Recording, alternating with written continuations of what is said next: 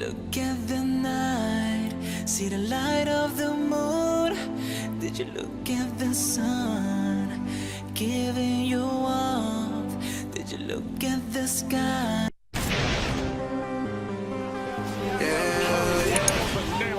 And Curry's already lighting it up early. Van Fleet throws it ahead to him.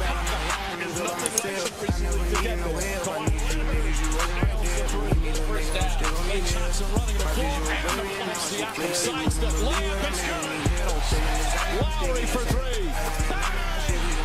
A celebration underway here in Toronto. Le calme avant la tempête. Toronto se prépare à vivre une nouvelle soirée exceptionnelle. Les Raptors ont l'occasion de faire le break ce soir en finale NBA face aux Warriors. Le match 2, c'est ce soir. Bonjour à tous et bonjour à tous. Bienvenue, on est en direct. Bien sûr, ce sont les finales NBA, le moment le plus intéressant de l'année, bien sûr. Avec donc cette finale entre les Warriors et les Raptors. On va vous présenter ce match 2 avec Chris Singleton et Eric Mikouf. Bonjour messieurs. Hello Mary. Salut Marie. Rose. Hello De everybody. se reposer, de bien vérifier ce qui s'était passé pendant le match 1, de se projeter tranquillement vers le match 2. Mais l'occasion est très belle pour les Raptors ce soir, Chris. Oui, je pense que pour eux, dans leur tête, c'était une étape à passer psychologiquement, voir s'ils pouvaient vraiment continuer dans le même tempo qu'ils étaient juste avant. Donc c'était une grande victoire qui va leur permettre cette nuit d'attaquer ça avec un peu de sérénité. C'est vrai, la sérénité du côté des Raptors. Les Warriors, eux, ne semblent pas non plus trop s'énerver. Mais ils ont un peu battu le démon, là, les Raptors, en remportant ce chemin. En gagnant ce premier match, comme disait Chris, ils étaient quand même sur une série de victoires dans ces playoffs. Donc ce premier match, il fallait absolument le prendre. Ils l'ont pris. Maintenant, on sait que souvent, sur les premiers matchs dans des séries comme ça, c'est pas catastrophique de perdre un premier match pour une équipe qui joue à l'extérieur, mais ce qui est le plus important, c'est de gagner le deuxième. Donc, on verra ce soir. Le deuxième match, c'est donc ce soir, cette nuit, en direct et en exclusivité sur les antennes de Beansport. Rendez-vous sur Beansport 1 à 2h du matin pour retrouver Xavier Bossian, Jacques Monclar et Rémi Reverchon, nos envoyés spéciaux à la Scotiabank Arena, pour nous faire vivre le deuxième acte de ces finales. Le premier acte, c'était donc il y a 2 jours. Première finale dans l'histoire des Raptors. Première finale au Canada. On va regarder ce qu'il s'est passé dans le fameux mini-movie proposé par la NBA. Victoire des Raptors, je vous le rappelle, sur le score de 118 à 109. This has totally united the country. How everybody from Vancouver all the way to Newfoundland are paying attention to this. So that's what makes the Raptors such a unique team. Hello! Welcome to the 2019 NBA Finals, a series filled with history. Let's go Raptors! It's the first time ever that the finals are being played on international soil. Toronto Raptors are Canada's team, and the fans have been waiting a long time for this moment. Of course, we are all ready. Can't you see that? We are all ready. We're all ready, baby. Game 1, the first ever finals for the Toronto Raptors for myself. Should be fun. For the Golden State Warriors, history also plays a huge role. They're looking for a three-peat and their 4th title in 5 years, putting them among the greatest dynasties the game has ever seen. All the things that we do, okay? We're gonna do them all night long. We're gonna do them all series long. It's fun. End of the day, man. We here. We deserve to be here. Come on. Win on 3. 1, 2, 3. We're ready for this moment, fellas. Let's go take what's us. Just us. 1, 2, 3. Just us. The Raptors have arrived on the NBA Finals scene after 24 seasons in the league. There's great pride in their basketball in this country. Hey, Nick. Hey, good luck. You guys have been amazing. We're set to jump it up. The 2019 NBA Finals underway. Siakam, kick out top. Gasol to Klay Thompson, pump fake goes up, rejected by Siakam. Iguodala picks up the loose ball to Curry. Left corner 3, got it! Good job. How you feeling? Good. You're a gamer. Let's go. go! High post to Cousins. Cousins backdoor cut Clay. Beautifully done. Two-hand slam for Klay Thompson. Well, both of these teams want to play with pace. Okay, let's get a bucket here. Finish out the quarter strong. Minute 50 to go in the half. Leonard tries near side. Backs it home and the foul. Awesome job. We're getting great shots down here. Let's make sure we stay strong with the ball. Van Vliet into Gasol. Wheels. Short jumper's good. 14 in the first half for Gasol. And the Toronto Raptors in their first ever NBA Finals game, a 10-point lead at the half. Great communication, okay? Physicality right from the start. Let's put it on here. Third, let's go. Raps, 1, 2, 3, raps. Pass deflected, knocked away. 3-on-2 Toronto. Siakam lays it up and in. The Raptors convert off the turnover. Here comes Siakam, sidestep, layup is good. Wow, what a quarter for Siakam. 14 of his 26, and the lead is 11. Hey, listen, really good job. Don't be afraid to attack the paint. Van Vliet goes right at Jerebko. Tough shot, oh! Banks it home. How did he get that one to go?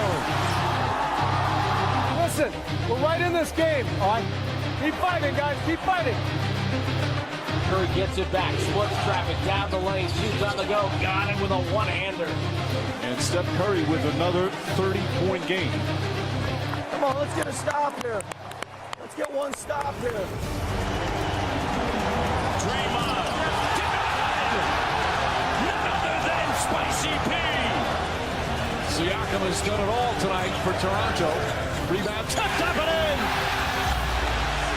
Pascal Siakam with a 32-point game in his first appearance in the NBA Finals. The Toronto Raptors take game one. Here we go. Let's go. Here we go. 1, 2, 3. Raps. At the end of the day, they outplayed us. Like, there's no other way to kind of say it. They did what they were supposed to do. It's game one. It's our first step. You know, Toronto, what they bring to the table. Some of the best fans in the league, and we need them to be even louder on Sunday. Deuxième acte donc ce soir, mais messieurs, je me tourne vers vous. Qu'est-ce que vous retenez de cette première rencontre entre les Warriors et les Raptors avec cette victoire de Toronto?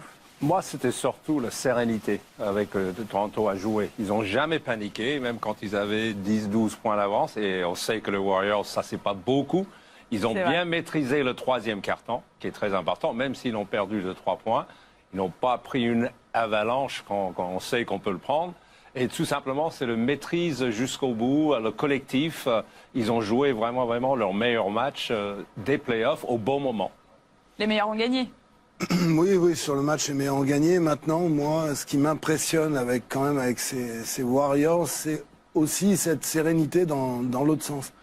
C'est-à-dire perdre un premier match, mais comme c'est vraiment une équipe de défis qui a besoin parfois de se retrouver dans des situations et qui ont les facultés de l'inverser complètement. On les sent dans le vestiaire. Oui, ils ont perdu un premier match, mais le deuxième, c'est autre chose. Ils vont s'adapter et c'est ce qui fait la grande force des Warriors et c'est ce qui peut être inquiétant sur ce deuxième match à domicile. La série est encore longue. On vous rappelle que le champion sera célébré lorsque l'une de ces deux équipes comptera 4 victoires au terme de ces finales. On peut vous rappeler également que c'est un véritable succès populaire au Canada. Cette première apparition des Raptors en finale, record historique en termes d'audience pour un match NBA au Canada, où il y a 37 millions d'habitants, 3,3 millions de Canadiens en moyenne ont regardé le match, 7 millions de téléspectateurs au total. C'est assez énorme quand même. On peut rappeler en revanche que les audiences sont en baisse aux États-Unis. On était à 12 millions pour le match 1 l'année dernière. Il n'y a pas de LeBron. On tombe à 10 millions. Oui, mais je pense que ce qui est bien avec cette finale, c'est que Toronto est une équipe attachante. C'est-à-dire qu'ils sont toujours dans l'effort, ils ont un style de jeu que les gens qui aiment bien le basket peuvent apprécier parce qu'il est collectif. On parle toujours de Kawhi Leonard, mais autour, il y a vraiment des joueurs, Siakam, Van Vliet qui rentre, qui fait ce qu'il fait. Et pour l'instant, au niveau du banc, pour l'instant, c'est Toronto qui a l'avantage. Et ce qui m'inquiète un peu, le seul truc qui peut m'inquiéter pour les Warriors, c'est ça. Un côté, vous avez une équipe 100% au top physiquement. L'autre côté, vous avez une équipe... Où l'infirmerie commence à genoux quand par même terre, oui. Et à se 15 gonfler pas millions mal. sur Beansport. Moins 15 millions sur Beansport, en effet, vous faites bien de le ça, rappeler. On a frôlé les 50% de part de marché, bien entendu, sur ce premier acte c'est grâce à nous. des finales. On va regarder un petit peu quels sont les ajustements que les Warriors doivent faire pour recoller au score dans ces finales et remporter ce match 2. D'abord, quelques chiffres pour comparer un petit peu ce que l'ont fait les Warriors sur leurs 6 derniers matchs. Il est resté sur 6 victoires de suite, avec leur qualification face aux Rockets. Et puis, avec cette défaite face aux Raptors, déjà, il y a eu moins de points marqués de la part des Warriors qui ont réalisé leur pire match en termes d'adresse depuis le début de ces playoffs avec ce 40% de réussite. Il y a eu beaucoup de ballons perdus également de la part des Warriors qui vont devoir mieux jouer tout simplement et surtout plus adroits aussi. Ouais, et on va dire mieux défendre. Parce que c'est quand même l'ADN de cette équipe des Warriors depuis des années. C'est la première attaque, la deuxième ou même pas loin d'être la première défense. Je pense que c'est surtout là-dessus. Après, perdre 17 ballons à l'extérieur, ça peut pas arriver dans une salle aussi bouillante. Il y a quelques adaptations. S'ils sont mieux sur la défense de transition, s'ils sont plus durs et qu'ils envoient peut-être un peu plus sur la ligne des lancers francs, on a vu Siakam qui fait un match monstrueux en shootant 2 lancers francs. Il y a un moment, il faut lui faire comprendre qu'on est en play-off, quitte à l'envoyer durement sur la ligne des lancers francs. Ouais, mais il faut aussi marquer plus de points. On n'a pas vu les Warriors quand même. Ils ont pris moins de tirs que d'habitude, ils ont marqué moins de points que d'habitude, et on a dit que Stephen Curry était peut-être un petit peu seul, mais qui d'autre peut marquer des points? Aujourd'hui, la différence entre les deux équipes, le pourcentage des Warriors s'explique tout simplement parce que la majorité de leurs tirs sont à l'extérieur. Toronto a un meilleur pourcentage parce qu'ils attaquent le racket. L'impact, on avait dit que ce sera très important, il était le premier match, l'impact de Gasol, Siakam, Ibaka, tout ça, ils étaient dedans, ils donnaient les ballons, ils obligeaient Steph Curry à défendre. Les pertes de balles des Warriors, c'est toujours un problème parce que ça lance des contre-attaques de l'autre côté qui met du feu dans la salle. Donc c'est ça exactement que les Warriors ne veulent pas. Meilleur contrôle du ballon, meilleure adresse et trouver justement cette troisième, quatrième option qui manque tellement. On va écouter d'ailleurs les Warriors qui étaient bien évidemment en conférence de presse hier. L'état d'esprit est plutôt bon. Il n'y a pas panique en la demeure. Et pour l'instant, le champion reste Golden State. It would have been way more fun being up 1-0. But this is definitely fun in terms of like the challenge of being on this stage and understanding this, one game doesn't define a series. It's an opportunity for us tomorrow to come out and get one, be 1-1 going back home, which any road team, would love that opportunity. I think players are naturally pretty confident at this level. Star players like we have, they've all got confidence. But what the real confidence is when you've been through everything, you've seen everything, you've won, you've lost, you've experienced every high, every low. Then you know what this is about, and you can dig into your reserve of experience to remember what's necessary, which is really you just keep going back to the basics. You can always look back and kind of recall those feelings that you had, but it's a different situation. Each series presents its challenges as this one does, and it's on us to figure those challenges out and then do what we need to do to exceed those.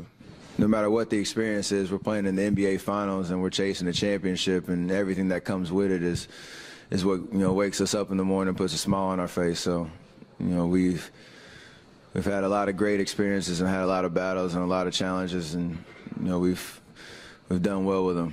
So hopefully this is more of the same.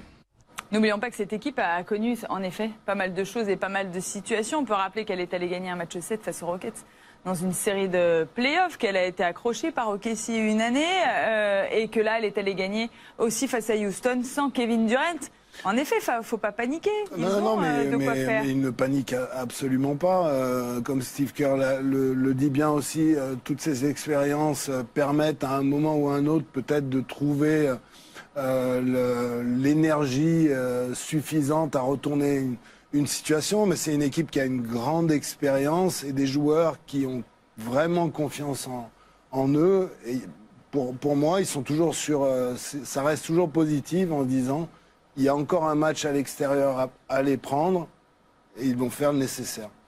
On peut s'intéresser un petit peu à l'état des troupes. Côté Warriors, énormément de questions autour de Kevin Durant. Est-ce que l'on va le voir jouer avec le maillot des Warriors pendant ces finales? Kevin Durant, il s'est présenté à l'entraînement hier en claquette chaussette pour Kevin Durant, qui bien évidemment n'a pas participé à l'entraînement. Il n'a toujours pas participé au moindre entraînement avec les Warriors depuis sa blessure, depuis le début du mois de mai et sa blessure face aux Rockets. Il est là pour l'instant en tant que supporter. On l'a vu dans le couloir, notamment à la mi-temps du match 1. Mais on ne sait pas grand-chose sur la nature de sa blessure. On ne sait pas quand il va revenir. Et quand on voit ça, on se dit il n'est pas prêt à revenir, non? Non, il y va progressivement. Jusqu'à maintenant, on n'a jamais vu en short. Mais bon, il y a un peu d'intox dans tout ça, oui, non, mais les claquettes non plus. Les claquettes roses, d'ailleurs. Il mettra une chaussure la prochaine fois, puis après l'autre chaussure. Ouais, non, mais je pense qu'il y a un souci quelque part. Parce que déjà, on n'a pas trop d'informations médicales. Steve Kerr dit que tant qu'il ne fait pas l'entraînement, il ne jouera pas. À mon avis, ce n'est pas lui qui décide, c'est Kevin Durant qui sort à un moment donné. Mais on aimerait bien savoir la nature, parce que tout simplement, ça me paraît suspect. Pourquoi c'est pas de l'intox? Non, mais est-ce que ça ne serait pas de l'intox et il est aligné ce soir? Il ne faut pas le pousser trop loin, l'intox, parce que à un moment donné, il y a client en face. Donc, il est out pour ce soir, officiellement. Ça a été annoncé hier. On ne le verra pas jouer à Toronto les 2 premiers matchs de ces séries. On le verra peut-être du coup à l'Oracle Arena. Mais pour l'instant, ils sont assez secrets autour de la blessure de Kevin Durant. Et ce qui est sûr, c'est qu'au terme du match 1, on est quasiment certain que Kevin Durant manque énormément dans ce collectif des Warriors. On avait vu que face aux Blazers, c'était bien passé. Mais là, quand même, Kevin Durant manque sur le plan de l'attaque, bien sûr, mais sur le plan de la défense aussi. Et la défense en transition, on en a parlé. Selon vous, où est-ce que KD manque le plus? Sur le plan de l'attaque ou sur le plan de la défense, Eric? Moi, je dirais les deux, parce qu'il a, mais vraiment... je vous demande de choisir. Ouais, non, mais Marie... Vous pouvez pas toujours me dire les deux. Il est comme ça. Moi, écoutez, je vais peut-être aller dans le sens contraire, mais défensivement. Je pense que défensivement, il est... Ça, je te la laisse, je te fais une passe. Pourquoi, Chris? Comme ça, toi, tu pourras dire que c'est offensivement. Pas une fois que t'en fais. Défensivement, parce que sur ce premier match, les Warriors n'ont pas été bons défensivement. Et on sait ce qu'il peut apporter sur la défense individuelle. Mais en dissuasion, en contre, en relance, en rythme. Et défensivement, je pense que ça peut être la pièce qui peut aider ces Warriors. Vas-y, maintenant, c'est une passe. Manque en attaque, évidemment. Évidemment, quand tu es un joueur, je tiens à préciser que c'était un des meilleurs attaquants de l'NBA, sinon le meilleur attaquant de l'NBA, qui vous apporte entre 30, 35, 40 points, qui va libérer des espaces pour Curry et Thompson, parce que pour l'instant, c'est une attaque à 2 têtes. Ils ont besoin de le troisième, et surtout qui va fixer, isoler la défense, obligé de faire autre choix, parce que les Warriors aujourd'hui, même si on peut toujours dire il y a 2 ans, il y a 3 ans, on est aujourd'hui. Et aujourd'hui, ils ont besoin de Kevin Durant, ils ont besoin de son apport en attaque. C'est le tueur, c'est le marteau.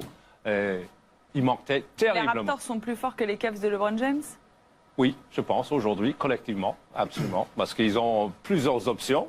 Ils n'ont pas seulement monté le ballon, isolation. C'est une équipe qui joue ensemble, qui maintenant, je pense, que va être extrêmement difficile de battre à domicile. Donc oui, moi je pense qu'ils sont plus forts que les Cavs. On va parler de la défense justement des Warriors, puisque selon vous, Eric, c'est sur ce plan-là que Kevin Durant manque le plus. Les Warriors qui avaient fait un choix pour attaquer ce match 1, c'était quasiment trapper Kawhi Leonard. Ils avaient choisi leur poison, si on peut dire. Vous allez le voir sur ces images choisies par Peter Anderson. À chaque fois, il y a au moins 2 joueurs sur Kawhi Leonard, qui a énormément laissé d'espace. Vous avez vu, derrière, on va chercher Marc Gasol en fixation. Et puis, on écarte sur le jeu extérieur, où on va trouver aussi Pascal Siakam. Est-ce que finalement, ça n'a pas été une mauvaise option pour les Warriors qui vont devoir changer leur défense et peut-être ne mettre qu'un joueur sur Kawhi Leonard. Ça dépend. Encore une fois, c'est de faire des choix. Eux, ils ont pensé que Kawhi Leonard était vraiment le poids en attaque. C'est pas du tout le cas. Quand ils sont à droite, c'était le cas jusqu'à maintenant. Oui, bon, avec ses 35 points, c'est quand même lui. Mais quand tu laisses Gasol tout seul, quand tu laisses Van Fleet tout seul, Siakam qui a eu beaucoup d'espace en attaque, ça fait que est-ce qu'ils peuvent le refaire? Ça, c'est la question. Le tactique. Oui. Alors, qu'est-ce que vous choisissez, vous, coach Singleton? Oui. Vous restez avec cette défense-là, Pas de la au part début. des Warriors, ou vous tentez Non. justement une défense plus classique? J'attends le moment venu pour voir s'il faut vraiment enlever le ballon des mains de Kawhi Leonard ou pas, mais je ne laisserai pas les autres me faire mal comme ça, parce que tu leur donnes autant d'espace que ça. S'il y a quand même un contrat, si vous laissez le panier, il va marquer. Donc je pense qu'ils ont fait trop tôt. Ils ont mis Toronto, les autres, en confiance. Et pour moi, ça, c'était une erreur. Mais alors, qui va défendre sur Kawhi Leonard, puisqu'il y a un point d'interrogation quand même autour de l'état physique d'André Iguodala, que l'on a vu sortir lors du match 1. C'était à la fin du match, quasiment à 2 minutes du terme, dans le 4e quart-temps. André Iguodala qui a passé une IRM qui est revenue très positive, puisqu'elle est clear, comme on dit, elle est propre et il n'est pas blessé. Mais quand même, on a l'impression qu'André Iguodala est sur la pente raide ces derniers temps. Ouais. Sur une patte. Klay Thompson va être obligé de défendre aussi sur Kawhi Leonard. Ça va être problématique. Klay Thompson est bon sur des joueurs plutôt de petite taille, des meneurs, des Chris Paul. Il risque d'avoir des soucis sur Kawhi Leonard, mais ils seront obligés d'envoyer, alors Iguodala, s'il joue, d'utiliser son expérience. De toute façon, dans le basket moderne, il n'y a plus de match-up direct. Ils vont changer ça, sur les écrans. Le travail de Toronto, c'est toujours essayer de changer pour faire en sorte que Steph Curry défend contre Kawhi Leonard ou un des pivots. Donc là, les choix, ils sont là. Les défenses des dernières 10 secondes, c'est ça le plus important. C'est là, si vous avez envie d'envoyer un trap, c'est là. Qu'il n'y a pas 2-3 passes. Mais pas trop tôt la trappe. Non, il faut le faire vraiment en retard. En retard, en tout cas en dernier recours sur Kawhi Leonard. Juste un mot sur le cas de Marcus Cousins. On le rappelle, il faisait son retour après sa très longue absence, lui qui a été blessé au premier tour des playoffs. Il a joué 8 minutes, il a eu quelques bons moves, mais bon, 0 sur 2, 3 points, 2 passes, 2 interceptions. Comment faut-il utiliser de Marcus Cousins dans ce match de Eric? Quelques minutes de plus, mais continuer à l'intégrer. C'est un joueur qui peut... Même s'il n'est pas en forme, alors après on voit sur le rythme. Il est lourd. Il est lourd. Maintenant, sur des situations quand même, si on en arrive à un peu de jeu arrêté demi-terrain, quelques minutes en plus, c'est bon, quoi. Et du coup, on en vient à la question du rythme. Est-ce que les Warriors ne devraient pas ralentir le rythme, justement, eux qui aiment cavaler, c'est sûr, mais qui se sont un peu fait prendre à leur propre jeu lors du match 1? Non, ça sera, je pense, en contre-nature. Ils ont besoin d'avoir ce rythme-là pour trouver les tirs à l'extérieur pour Curry Thompson et mettre la pression sur la défense avant qu'il les remplace. Aujourd'hui, s'ils attaquent de demi-terrain, leur raquette est bloquée parce qu'ils ont du physique, Toronto, ils ont la capacité de maîtriser le rebond. C'est justement là, quelques minutes de plus, si les Warriors sont obligés de jouer face à une défense, un repli demi-terrain, DeMarcus Cousins peut avoir son impact dans la raquette. Donc, il faudra voir dans quel état physique il est, mais bon, il fait lourd. Il fait un peu lourd, il est un peu lent, DeMarcus Cousins. Les Warriors ne sont pas inquiets pour le moment. Il va quand même falloir resserrer un petit peu le jeu et surtout remporter ce match 2. Parce que sous l'ère Steve Kerr, jamais les Warriors n'ont été menés 2-0 dans des NBA Finals. Quand une équipe est menée 2-0 en finale NBA, elle est 30 fois championne et 4 fois perdante. C'est un gros avantage, effectivement. C'est pour ça... 4-3. Oui, il a déjà dit 4-3. Donc il présume que Toronto va gagner ce soir. Exactement, mais que rien n'est fait, puisque les équipes ont déjà rattrapé un retard de 2-0 au terme des 2 premières rencontres des finales NBA. Il y a de l'ambiance quand même en Californie, on parle énormément de l'ambiance à Toronto, mais sachez que les Californiens attendent avec une grande impatience le retour des finales à l'Oracle Arena qui va vivre ses dernières finales NBA. Regardez, ça c'est ce qui se passe pendant les matchs. On a ouvert la salle et les supporters des Warriors peuvent venir supporter leur équipe. Comme d'habitude, il y avait énormément de bruit. Ça s'est pas très bien terminé. La soirée, ils n'en ont pas vraiment l'habitude, mais ils seront sûrement là au rendez-vous pour le match numéro 2. Les Raptors, eux, préparent déjà leur déplacement du côté de Golden State avec ce billboard que l'on a vu sur une route qui mène à l'Oracle Arena. Le billboard où l'on voit Kawhi Leonard, le roi du Nord, qui arrive après avoir battu, on le rappelle, Orlando, Philadelphie, Milwaukee, Golden State et la proie suivante sur son tableau de chasse. J'arrivais pas. Le lobbying autour de Kawhi Leonard est absolument dingue. Quand je pense que malgré tout ça, il va partir. Mais attendez, vous avez vu quand même que les Clippers ont pris $50 000 à cause de Doc Rivers. Doc Rivers, trop de compliments envers Kawhi Leonard. Mais oui, mais bon, pourquoi pas après tout. Allons parler d'ailleurs de Kawhi Leonard et des Raptors. Dans quel état d'esprit eux sont-ils? Donc à quelques heures de ce match 2, à quelques heures de faire un pas de plus vers un titre inédit pour cette franchise qui vit quand même une semaine historique. Les Raptors se préparent, on en parle dans un instant.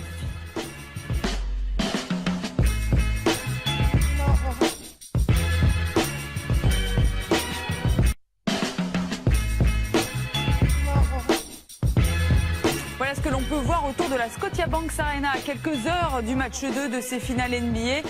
Les gens patientent depuis très tôt ce matin pour accéder au fameux Jurassic Park. Vous savez, cet endroit où tous les supporters des Raptors se rejoignent pour supporter leur équipe à l'extérieur de la salle, puisqu'on vous le dit, pour avoir un billet, il faut être très riche. $500 au minimum pour assister aux finales NBA du côté de Toronto. Mais attends, $500, il faut des jumelles. Oui, il faut être tout en haut, évidemment, bien sûr. On rappelle quand même que les Raptors se sont sur une série de 5 victoires de suite, puisqu'ils ont balayé les Bucks en étant menés 2-0, et que les Raptors se sont donc présentés tranquillement hier à l'entraînement à la Scotiabank Arena, donc avec Kawhi Leonard qui semble aller bien, qui boitait beaucoup moins que ce que l'on a pu voir. Une équipe très sereine, une équipe très appliquée, une équipe qui a fait l'essentiel de son travail en remportant le match 1, Eric? Je dirais l'essentiel sera après le match 2, pour être sûr de conserver cet avantage du terrain. C'est le plus important. On voit bien que dans cette série, le public a tellement d'importance, il faut absolument gagner les 2 premiers. Et on les sent sereins aussi, calmes. Il y a quand même quelques joueurs d'expérience dans cette équipe, des Danny Green, des Marc Gasol, des Kawhi Leonard. Et je pense que ça force les autres à rester les pieds sur terre. Le facteur fatigue pour nos amis des Raptors qui ont enchaîné des séries quand même extrêmement serrées, beaucoup de voyages comme les Warriors, mais les Warriors ont eu 10 jours de repos quand même. Oui, ça va commencer à rentrer. Je pense que les Warriors, ils vont retrouver un petit peu plus de rythme qu'ils avaient. C'est vrai que ça se voyait qu'ils n'avaient pas joué depuis 9 jours. Maintenant, Toronto a beaucoup de ressources. Ils n'ont pas tout utilisé non plus parce que les rotations étaient très courtes. Il n'a pas beaucoup utilisé Powell. Il a beaucoup ouvert son banc, mais pas longtemps. Il y a Anunoby qui revient. Oui, Anunoby qui revient. Voilà, qui revient. Donc lui, il a beaucoup d'options. Donc la fatigue, je ne pense pas que ça va jouer le côté de Toronto. Plutôt chez les Warriors. Effectivement, tirer sur les mêmes, ça va être compliqué. Mais voilà, et Steve Kerr, aujourd'hui, n'a pas le choix. Faire plus de confiance à des joueurs comme Cook, qu'on n'a pas vu beaucoup non plus. Non. Pourtant, qui fait les bonnes choses. Et voir si Cousins peut leur donner 4-5 minutes de plus. On verra. On va rejoindre nos envoyés spéciaux. Ils étaient à la Scotiabank Arena hier pour suivre l'entraînement des Raptors. Xavier Vaution, Rémi Reverchon et Jacques Monclar en ont profité pour discuter avec les acteurs de ces finales. Regardez. Bonjour tout le monde, c'est une belle salle bien vide que vous avez derrière nous. Pourquoi? Parce qu'on attend les Warriors depuis à peu près 107 ans dans cette Scotiabank Arena. Ils veulent pas venir s'entraîner, on sait pas ce qu'ils font mais c'est pas bien grave. On va quand même vous parler de ce qu'on a vu sur les Raptors avec Jacques, avec Xav. Coach, dites-nous un petit peu ce que vous avez vu, comment vous avez senti ces Raptors. Une équipe tranquille, une équipe qui a gagné, une équipe qui sait qu'elle a fait un pas vers le plus beau des titres, qui a déjà sauvé l'honneur et qui sait que le challenge le plus difficile c'est le prochain. Voilà, après on a vu que il y a ambiance évidemment, il y a une dynamique, le match 7 contre Philadelphie, éliminer Milwaukee, bref, voilà, et puis à la fin tout le monde autour de Nick Nurse et roule quoi, ils savent où ils sont, Ils savent où ils sont et ils savent où ils veulent aller. Et il faudra m'expliquer que ce qu'ils ont à perdre, pour moi, ils ont tout à gagner dans cette histoire. Donc voilà. Xav, un mot à dire sur cet entraînement? Ouais, alors déjà qu'on sait où sont les Warriors, ils sont là, puisqu'il y a eu une session d'entraînement et d'interview, et ça on va en parler dans un instant. Et par contre nous aussi on sait parfaitement où on est au pôle Nord. J'ai rarement vu une salle aussi froide, très honnêtement, c'est un truc de fou. Et même Andrew Bogut s'en plaignait. Si je vous parle d'Andrew Bogut, c'est pas par hasard, monsieur Reverchant. Eh oui, on a eu la chance de pouvoir discuter, vous savez, avec le fameux Australopithèque. Et le coach a discuté aussi avec l'assistant coach de Toronto, Sergio Scariolo, le sélectionneur espagnol. Je vous propose d'écouter tout ça. Sergio, thank you to be with us. And were you surprised the way the first game went? Well, I think we were coming off a really tough series against Milwaukee, and we had that kind of a full adrenaline push over the next series. They had a pretty, I wouldn't say easy, because it was not easy. They had a hell of a series. They did a great job to sweep Portland. But when that happened, normally you relax a little bit. You maybe lose a little bit of grind, and that's probably what happened in game one. That's it. I mean, we know that we just made the first step, and many more things are going to happen. So, but of course, better to do it, especially when you are at home. Better to do it with the right foot. They will bounce back. They will adjust. They will raise the level of their aggressiveness, intensity. We get to be prepared, because this is a champion team, and now they are kind of they will be psyched up from what happened in game one. What is your everyday role with Nick Nurse and all the staff? Well, we have been, we are three lead assistant coaches, Adrian Griffin, Abe Bjorken, and myself. During the season, we have been shifting and rotating the three areas. We divided our work. It was like offense, defense, and special situations. Right now, at the end of the regular season and for the whole playoff, I'm more in charge of offense. And that's what basically my task now, finding, the wrinkles, adjustment, situation to run, situation not to run, check what they will do defensively to counter and respond offensively. This is basically what I'm on now.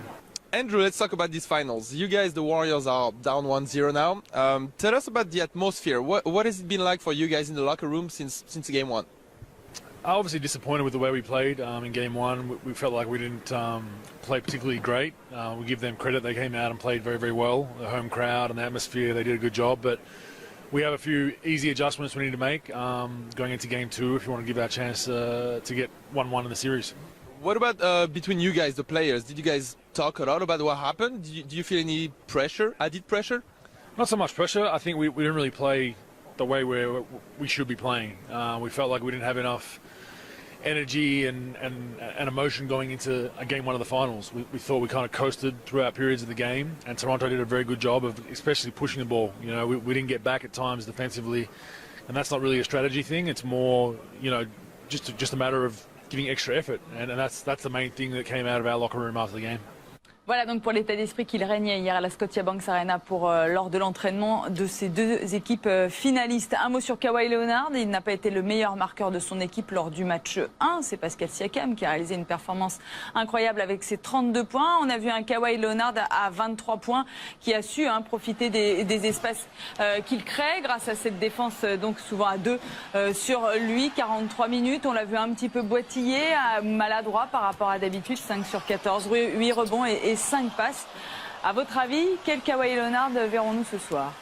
Je pense que le même qu'on a vu dans le premier match. Il va regarder ce qui se passe devant lui. Si les Warriors font les mêmes choix, il va donner le ballon comme il le faut.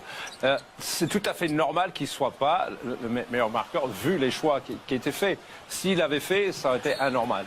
Tout simplement. Dès qu'il avait la balle, prise à deux. Mais on aurait eu un mauvais match de la part des Raptors, c'est ça?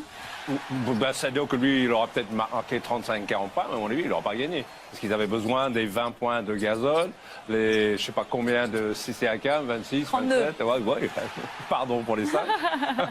Non, mais c'est ça, ils ont joué juste. Donc j'attends exactement le même Kawhi Leonard parce que c'est son style de jeu.